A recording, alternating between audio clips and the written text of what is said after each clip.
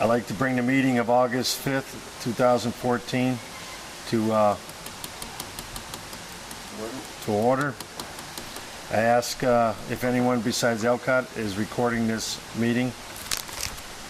Seeing no, then I'd like to review and approve the minutes of the meeting of July 8th, 2014. Where are we, by the way? They kind of redecorated our office. Can you explain where we are? We're at Pine Knoll. We had the grand opening for our pool on Sunday, which was a historic event. We had a great turnout, and we'd like to everybody just see this wonderful project here. In a little while, we'll turn that over to Mr. Feeney and Mr. Drury. Okay. To get back to the other part. I make a motion that we approve the minutes of July 8th, 2014. And I will second that.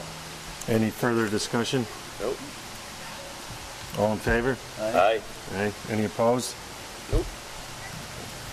And we're going to be looking for the superintendent's report.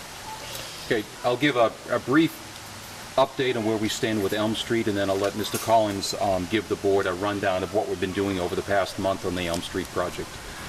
Very happy to hear that we are nearing completion of the project. We will be shutting Elm Street and Maple Shade down again tomorrow, so we can pave the entire street.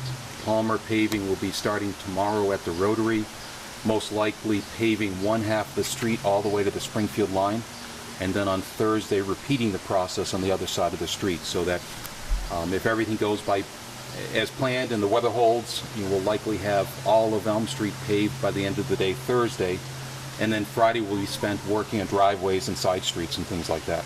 Awesome. So we're very close to the end. There will still be a little bit of cleanup work that happens over the next couple of weeks, but the bulk of the work will be done. There'll be no more road closures to worry about, and we'll be back better than we had been before. It's looking great. I think so. Thank you. Connecting to Elm Street, the Maple Shade signals, just wanted to update the board that we did get the signal loops installed as part of the paving project.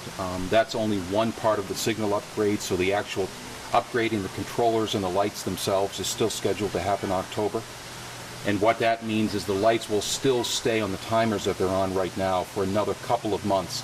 And then once the loops are tied into the new control system, we will then be back on a system that'll work better than the old system, where they'll be activated based on vehicles from all different directions. So the timing will be matched much more to the traffic than it currently is.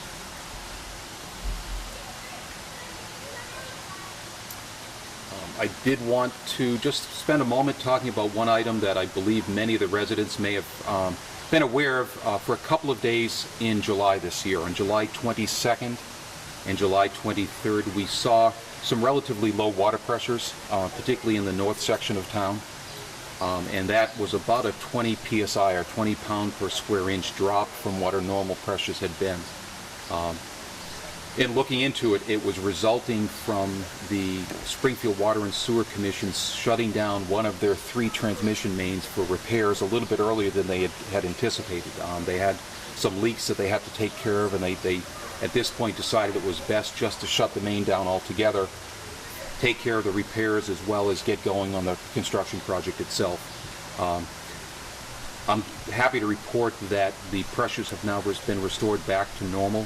What Springfield found was that they had a couple of valves on one of their pipelines that were partially closed, and they learned that during the couple of days in which we were seeing those low pressures, they were able to identify those valves, get them fully open, and now again the system is working the way that it had been before. Awesome. Another item to update the board on is Connecticut Water Company is now officially no longer utilizing our water system. They shut the valves off at the state line on the 31st of July. They have been spending the last several months extending their water main up to the Crystal Lake from their own supply, over a mile of water main that they had to install, but they ultimately decided that it was better for them to do that and to be able to control their own water quality than to be reliant on East Long Meadow and Springfield, given that they are even further down the pipeline than we are. some of the water quality issues that we've been on the borderline with were even worse for them. So they decided ultimately that they had a very high quality water supply, and that was better for them to tie into that than continue staying connected to East Long Meadow. We are still working out the details of what that means long term for us in terms of the agreement that was signed in 1987 between the town and Connecticut Water to install the pipeline to the state line, there's a metering pit at the state line, and we're working out whether or not we decide to keep that interconnection active or available as an emergency interconnection, or whether or not that connection, whether there's a hard separation between the two systems, they could be reactivated easily by putting a piece of pipe back in place. But we're just starting that discussion of what do we want to do with that connection. Do we want to keep this agreement continuing? I think we do. I think we want to be able to continue utilizing them potentially in the future as an emergency supply, because their pressures are actually higher than our pressures, so they could feed us without any problem if we needed to. Right. So if we had a big fire in the industrial park or something, they could supplement the water. They could supplement the water supply, correct, yes. So those details need to be worked out over the next month or so, I would expect, and it might mean that we end up with an amendment to the existing agreement, which I think was last amended in 1984, to again plan for how do we keep this connection active and how do we use it to the mutual benefit of the two parties. In a new meter, or will the meter run in reverse? It depends on the meter. I don't know for certain. Some meters will, some meters won't. So, that's the type of thing that would have to be looked at. Sometimes in connections like this, you end up putting in 2 meters, a parallel meter, one to basically flow either direction. Right. Whether it's worth that investment to this point, or whether we wait until such time as we might need to flow the other direction.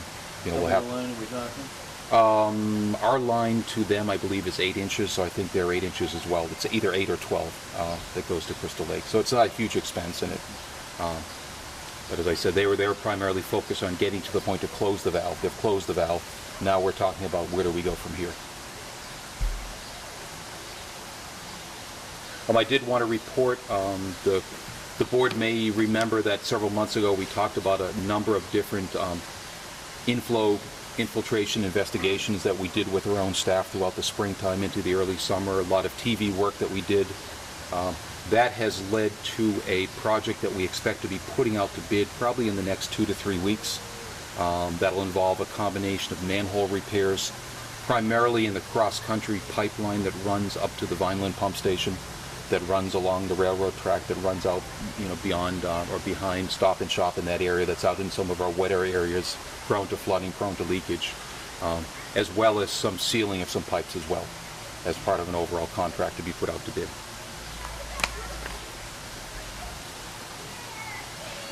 Another update, Mr. Fenny and myself, at the request of Heather Cunningham, as I understand you know Heather with the Friends of Brown Farm, Yep. She asked us to take a site visit of the buildings at Brown Farm just to get familiar with them. I hadn't seen the interiors of the buildings before, and I thought it was a good idea that, at some point in the future the town may decide to do something with those buildings, so it was, it was helpful us to get somewhat familiar with those buildings. So Bruce and I had a good chance to take a look at things, and we can say there's certainly some value to some of the buildings there. Certainly not all the buildings, but the old riding rink is probably the building that's in best shape at this point. And really what the town needs to do right now is really put some thought into what its potential use of those buildings are. And then, then try to match whatever the potential use is to what type of renovation might be necessary for those buildings. Are you aware of the study that was done of the property? Yes. I believe Pioneer Valley Planning Commission had done a study, I think focused primarily on the land itself in terms of development of recreational fields and things like that.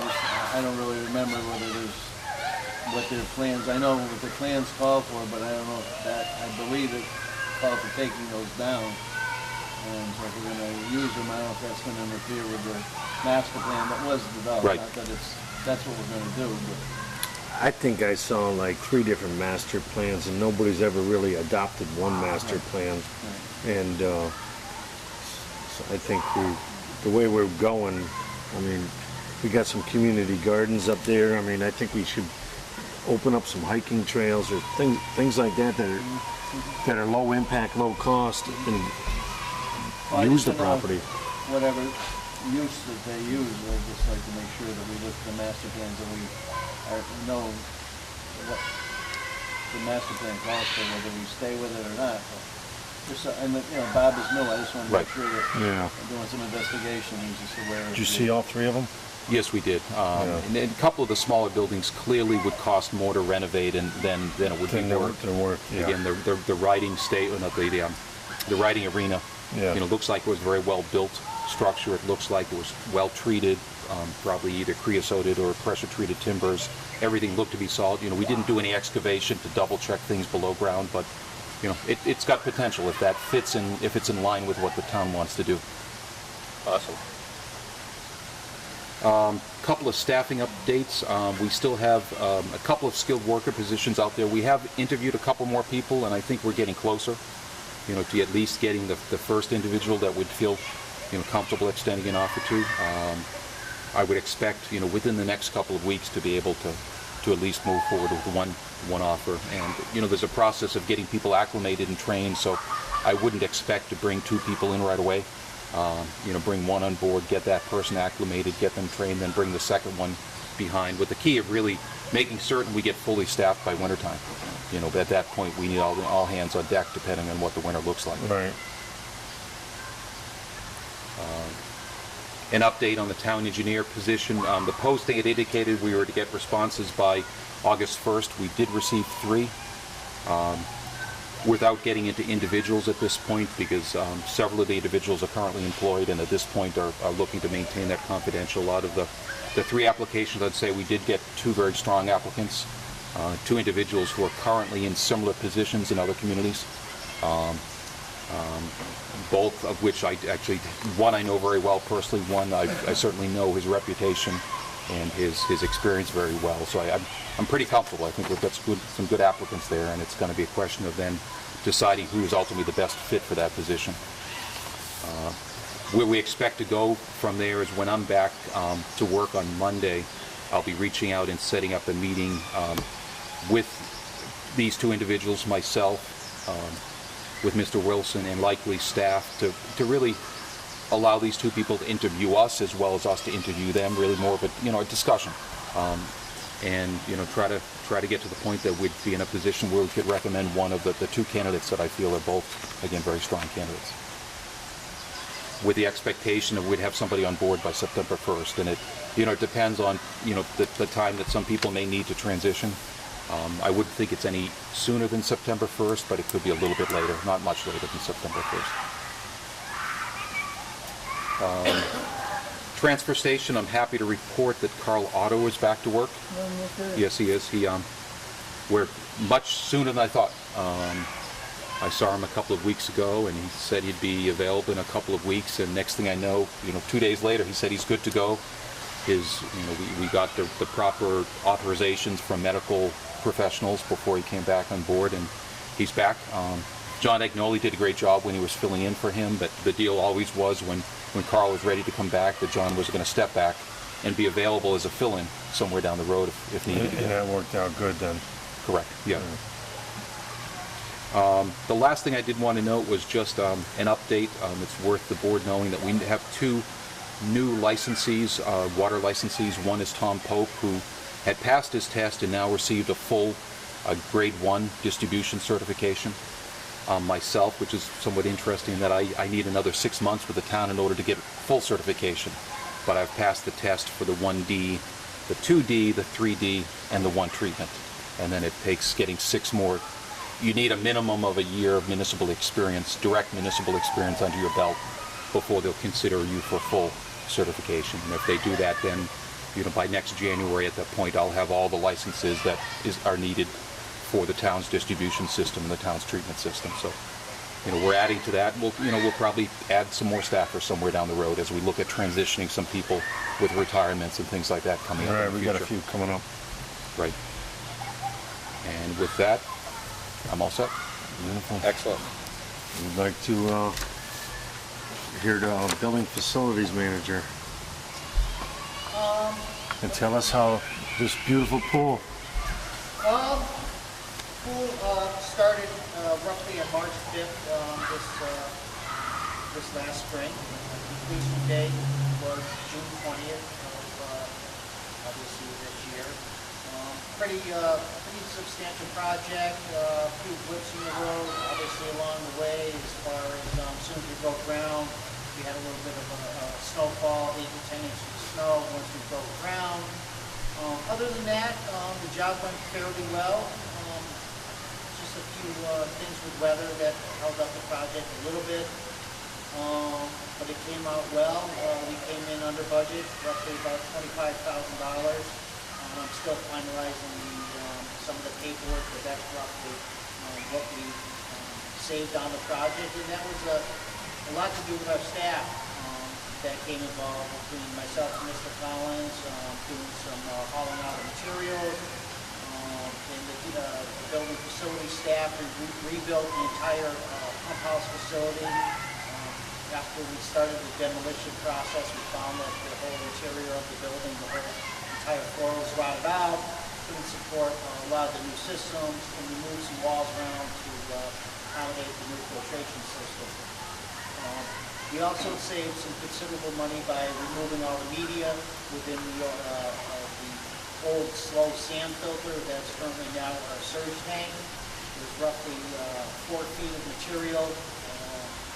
First layer consisting of small particle sand and then progressively getting bigger, the stone, as we went down into the filter bed.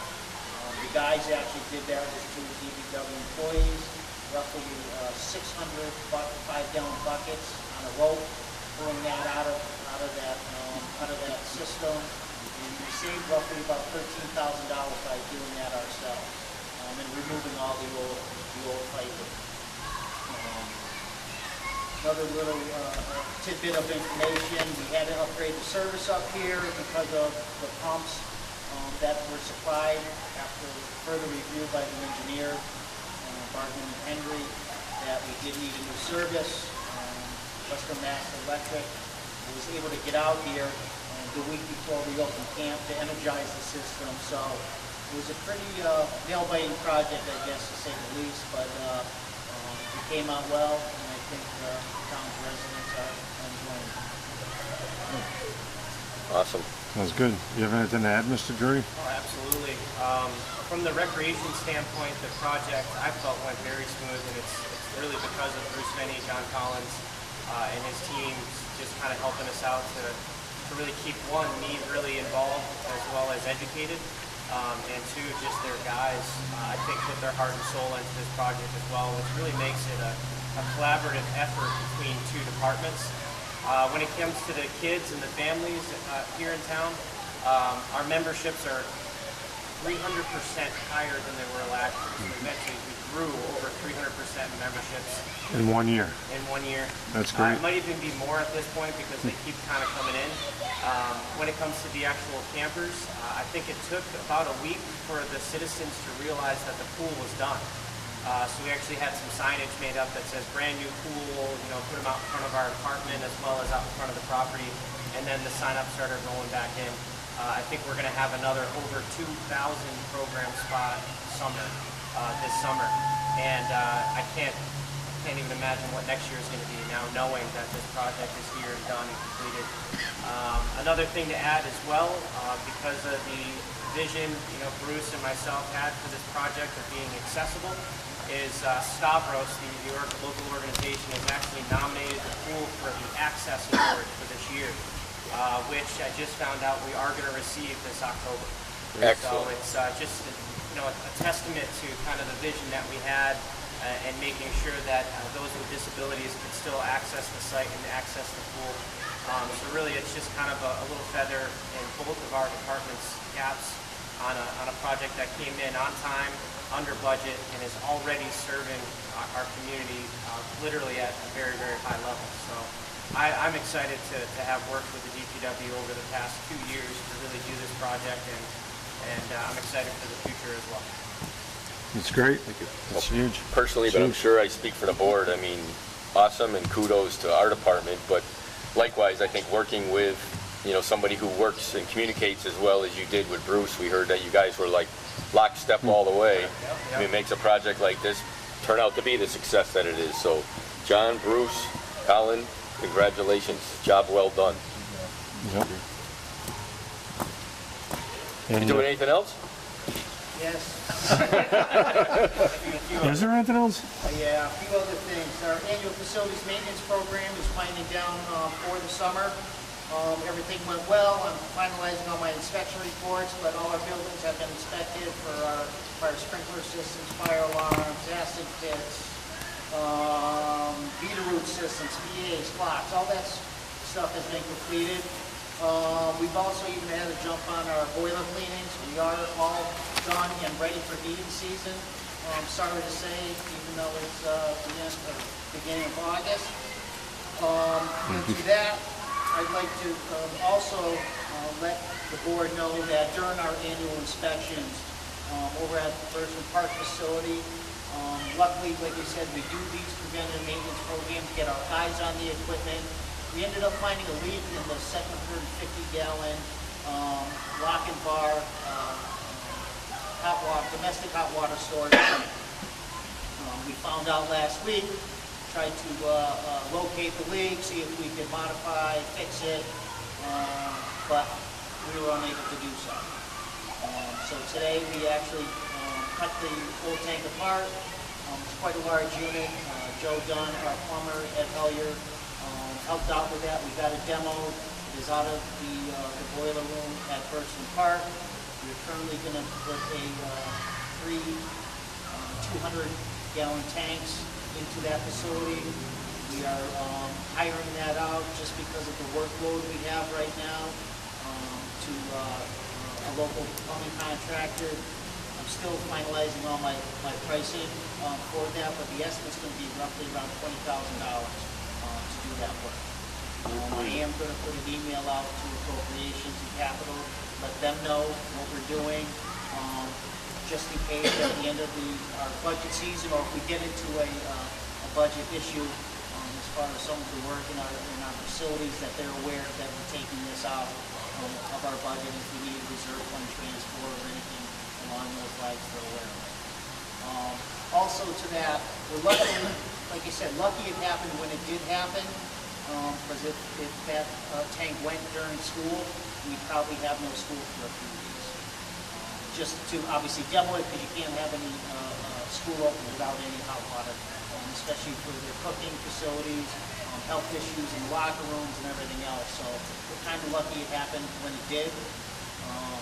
So we're working on it. We'll get it done before school starts. Okay. On to the next project, high school tennis courts. Top coat of pavement was installed on Monday. Fencing began today. So by Friday this week, the whole site will be secured. Painting and striping will take place the week of August 18th.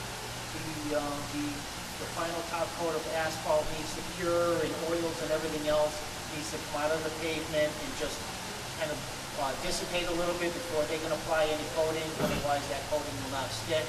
So that project's going well. We did receive the footings for the new lighting system over there. We will be installing those next week.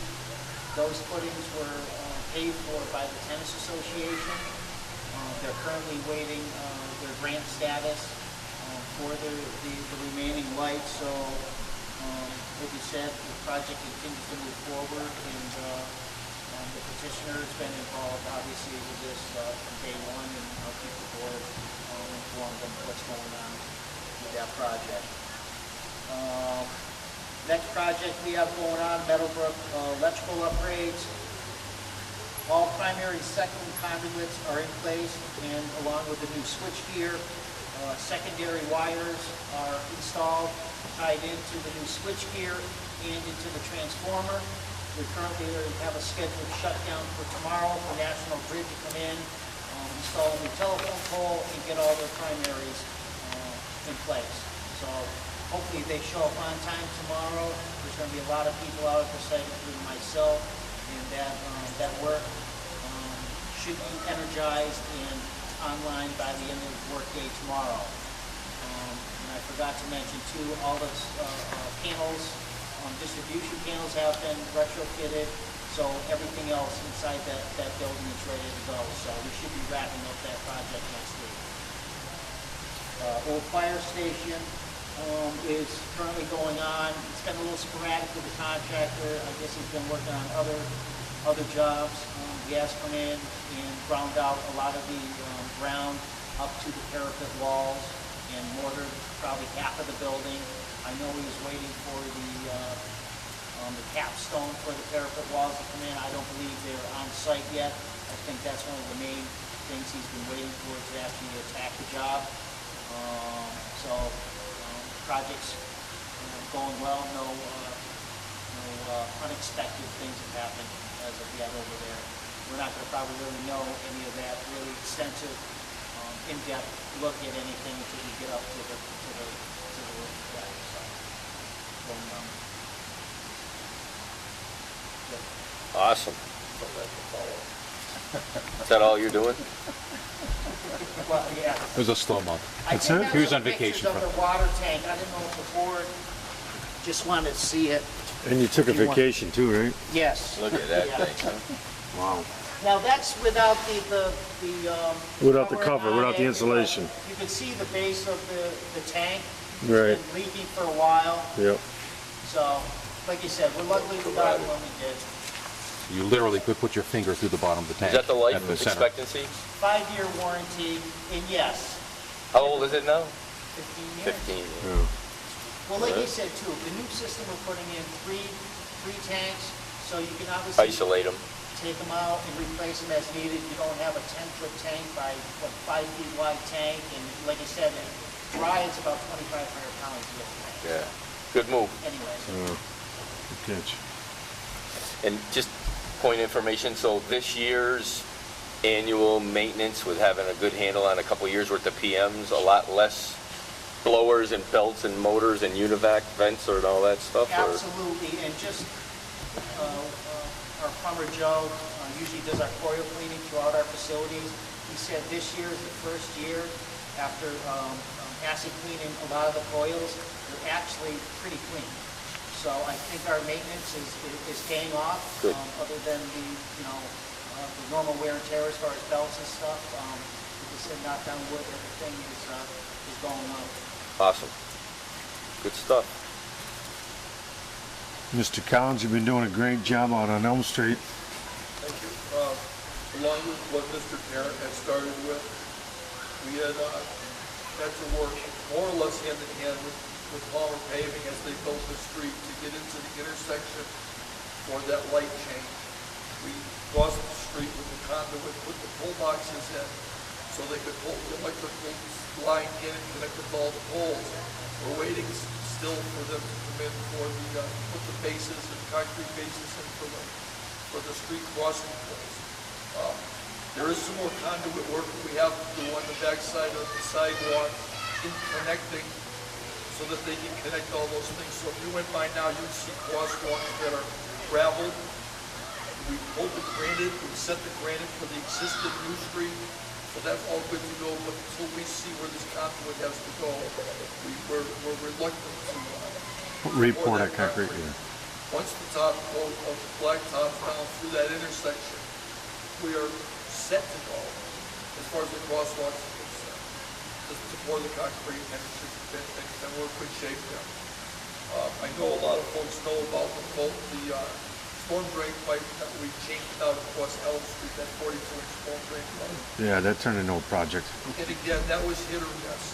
Farmer was coming through and milling, and we actually, weather-wise, I think, were able to get a little bit later start, and the department did a fantastic job.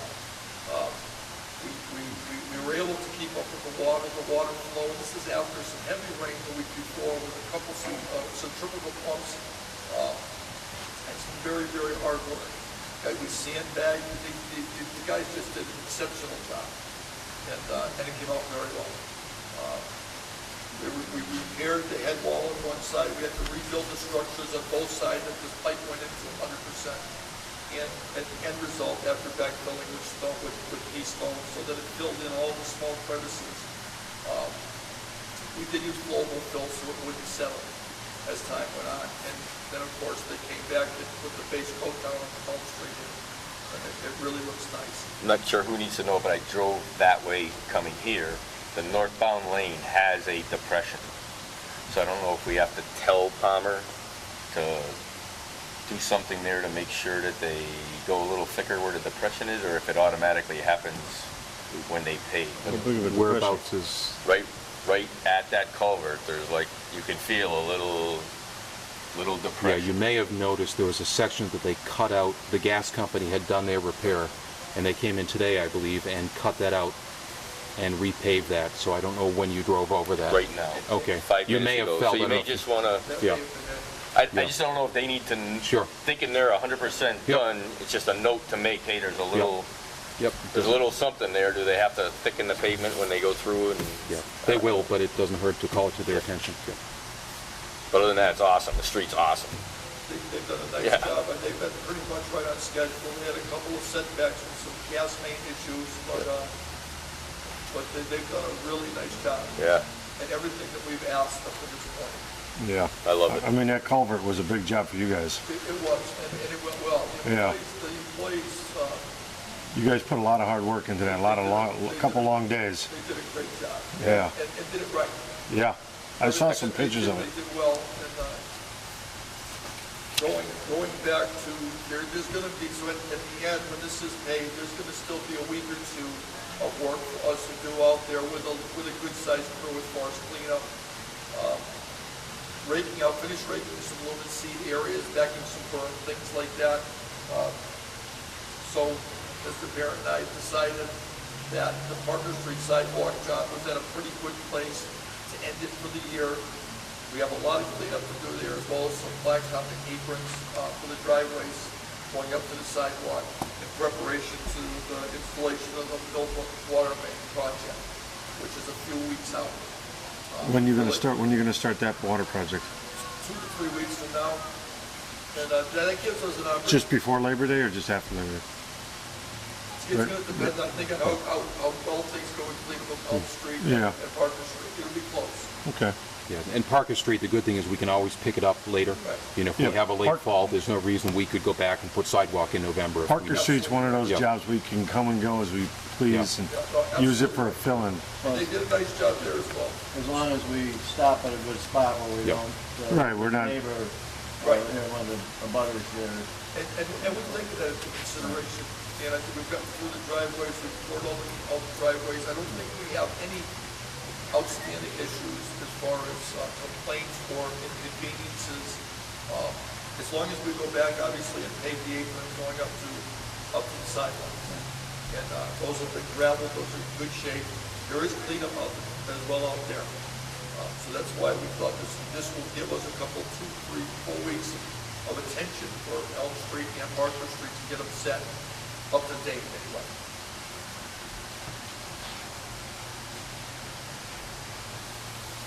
Good. Awesome. Beautiful. It's probably worth noting, we had mentioned it previously in conjunction with Elm Street. There was about 3,000 yards of gravel that came off of Elm Street, and I don't know if you want to talk about that, John, or what we've been doing with it. Well, at the transfer station, the DEP had given us more or less permission to build a compost area, an official compost area. So when they brought there was 3,000 yards of gravel coming in from Elm Street. We cleared an area for that. We staked out an area up at the transfer station, moving materials around, and it's actually a two-grid. Yeah. It's two-grid, it's one area, but we have it broken down into 2 pieces because we have no room. We're out of room there as far as compost goes. We laid out some plastic vents according to the DEP regulations so that there's a safety buffer. So in the future, as we're composting and we're pushing material up and or grinding, and we hit that, we go too far, we hit that fence, it gives us an idea that we're getting into a dangerous area.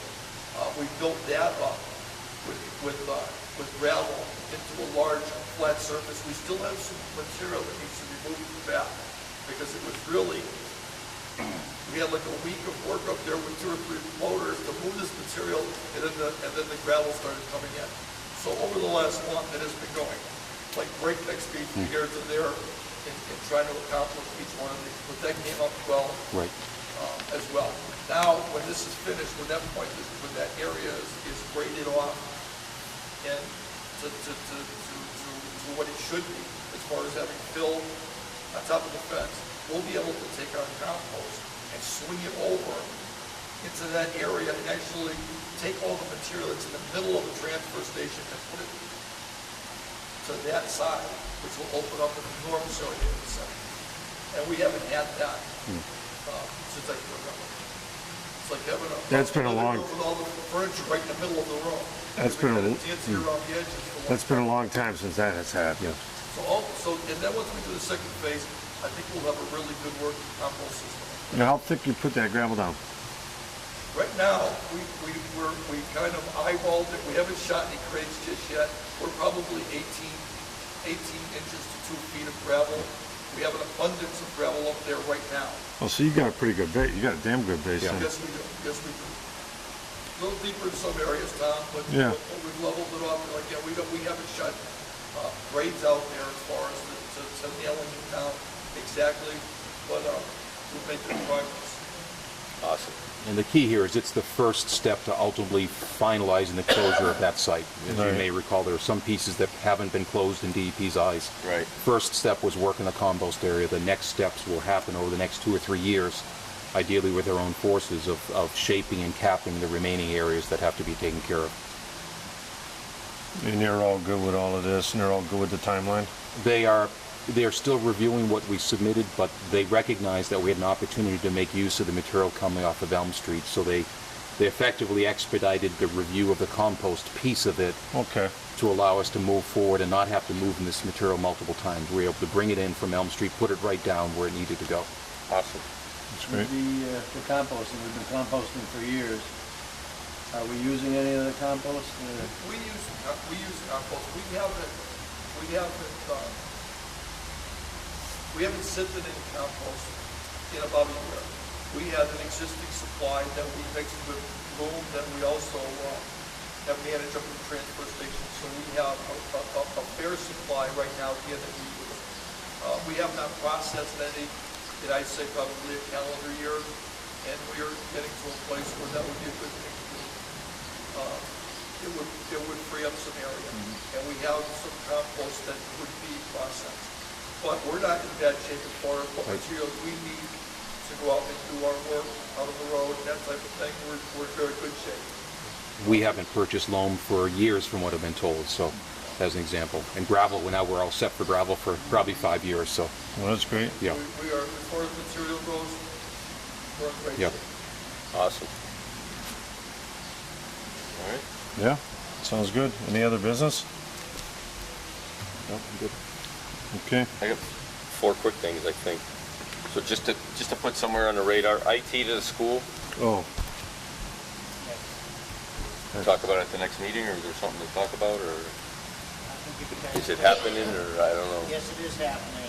Okay. We actually started some of that work as of yesterday. We actually have some electrical work that we're doing over there. I have a guy over there helping painting, custodians are moving furniture out. Hopefully that work will be done by the end of the week, and they'll probably be scheduled to start moving their equipment in next week. So the follow-up is the master plan then for the town hall is, We're gonna start that at probably the end of this month. We'll probably we'll get all our ducks in a row, maybe meet, maybe reach out to some department heads and go over our plan, or maybe meet with the boards first, Board of Selectmen and Board of Public Works, or whatever your pleasure is. Okay. And kick that off, because obviously IT is gonna have a big impact on the space at Town Hall, and they're trying to leave some space if Okay. needed. all right.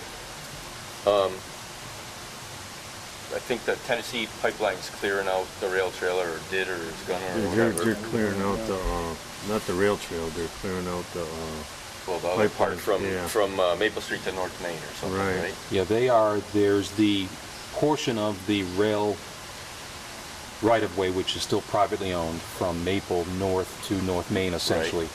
They, I understand, I haven't seen it myself, but are in the process of I've seen clearing it. their... It's pretty. Okay.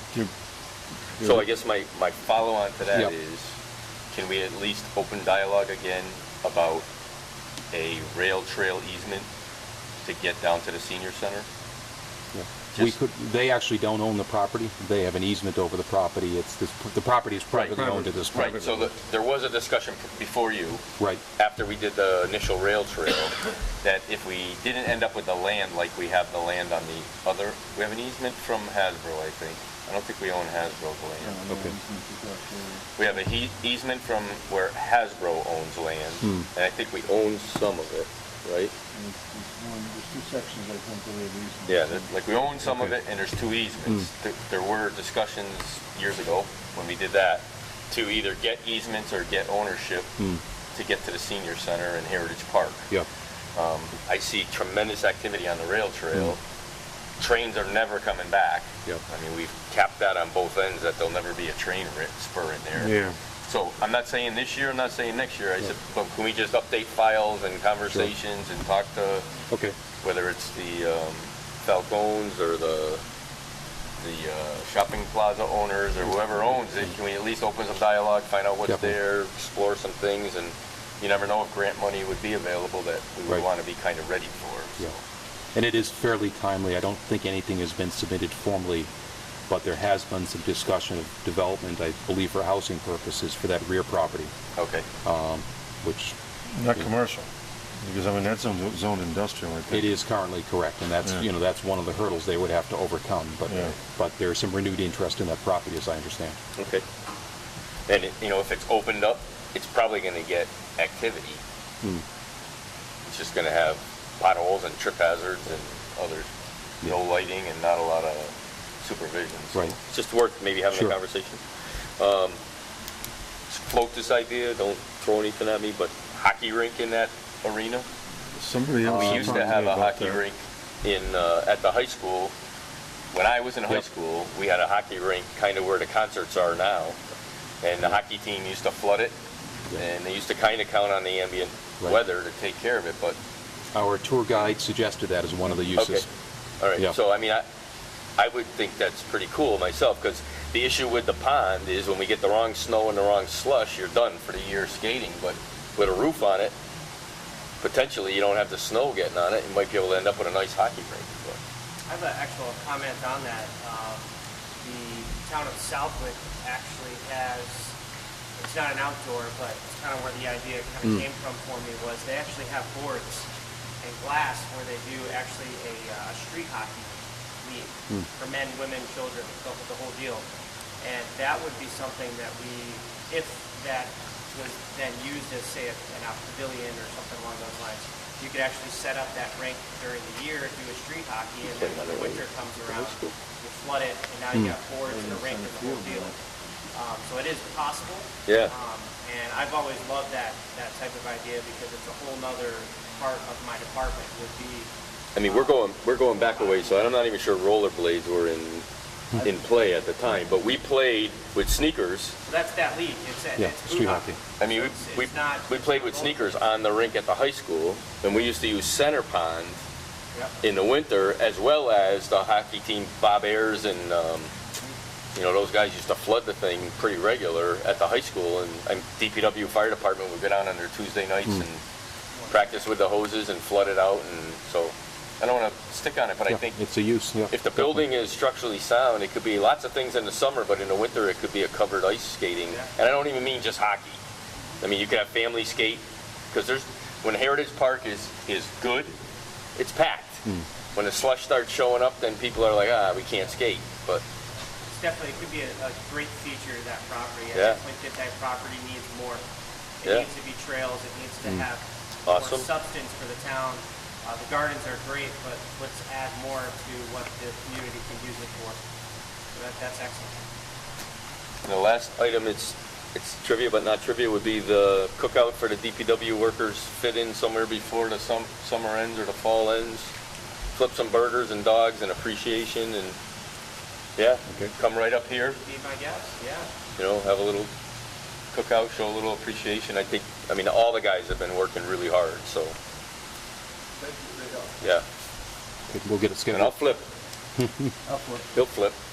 I'm flipped. He burns them, but we'll eat them. Ow! Right.